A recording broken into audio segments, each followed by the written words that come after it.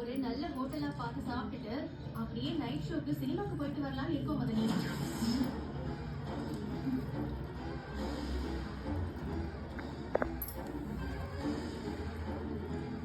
என்னது, சினிமாவுக்கு போறீங்களா இந்த நேரத்துலயா? ஆமா அத்தை.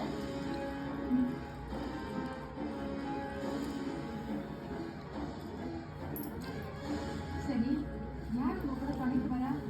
எங்களுக்கு எதுக்கு மதனி துணை? நாங்க 4 பேரே 40 பேருக்கு சமம். எங்களுக்கு யாரும் துணைக்கு தேவையே கிடையாது. அதுக்கு இல்ல, இப்படி ராத்திரி நேரத்துல சினிமாவுக்கு போறதில்ல. ஏங்க, நம்ம குடும்பத்துல பழக்கம் கிடையாது, நம்ம சட்ட திட்டத்துக்குலாம் அது சாத்தியம் கிடையாதுன்னு சொல்ல வரீங்களா? மத்தவங்கள திமிர்ல படிக்கிறாங்க, பரீட்சை எழுதுறாங்க, என்னென்னமோ செய்யறாங்க. நாங்க 4 பேரும் எங்களுக்கு பிடிச்ச மாதிரி ஹோட்டலுக்கு போய் சாப்பிட்டுட்டு சினிமாக்கு போக கூடாதா?